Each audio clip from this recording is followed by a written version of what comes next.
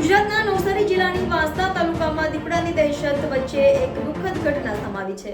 વાંસદાના મોટી વાલજર અને ઉપસાલ ગામમાં દીપડાના હુમલાઓ પછી હવે વન વિભાગ શોકમાં છે, કારણ કે પિંજરામાં બંધ એક દીપડો મરણ પામેલો મળી આવ્યો છે. મળી રહેલી માહિતી મુજબ વાંસદાના મોટી વાલજર ગામના શેરડીના ખેતરમાં દીપડાનો મૃતદેહ જોવા મળ્યો હતો. આ વિશે ખેતરમાં કામ કરતા મજૂરો દ્વારા વન વિભાગને જાણ કરવામાં આવી હતી. નોંધનીય છે કે હમણાં જ દીપડાએ આ વિસ્તારમાં 2 નિર્દોષ બાળકી પર હુમલો કર્યો હતો, જેના કારણે સમગ્ર વિસ્તારમાં ડરનો માહોલ સર્જાયો હતો. આ હુમલા પછી દક્ષિણ ગુજરાતના વન વિભાગની 17 ટીમોએ સમગ્ર વિસ્તારમાં દેખરેખ શરૂ કરી હતી.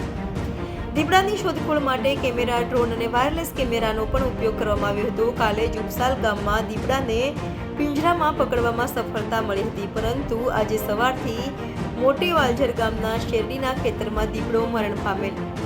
વન વિભાગ અને પશુ ચિકિત્સા વિભાગની ટીમોએ દીપડાના મૃતદેહને કબજે લઈ પોસ્ટમોર્ટમ માટે મોકલી આપ્યો છે. દીપડાની મોતના કારણોની તપાસ ચાલી રહી છે અને વન વિભાગે આ મામલે આગળની કાર્યવાહી પણ શરૂ કરી દીધી છે. ફિલહાલ આ વિસ્તારમાં શોકનો માહોલ છે અને લોકો આ ઘટના વિશે ખૂબ ચકિત છે. દીપડાના મોતને લઈને હવે અનેક સવાલો ઊભા થઈ રહ્યા છે. આ પ્રાકૃતિક મોત હતું કે પાછળ કોઈ અન્ય કારણ છે, તેનો જવાબ વન વિભાગની તપાસ બાદ જ મળી શકશે.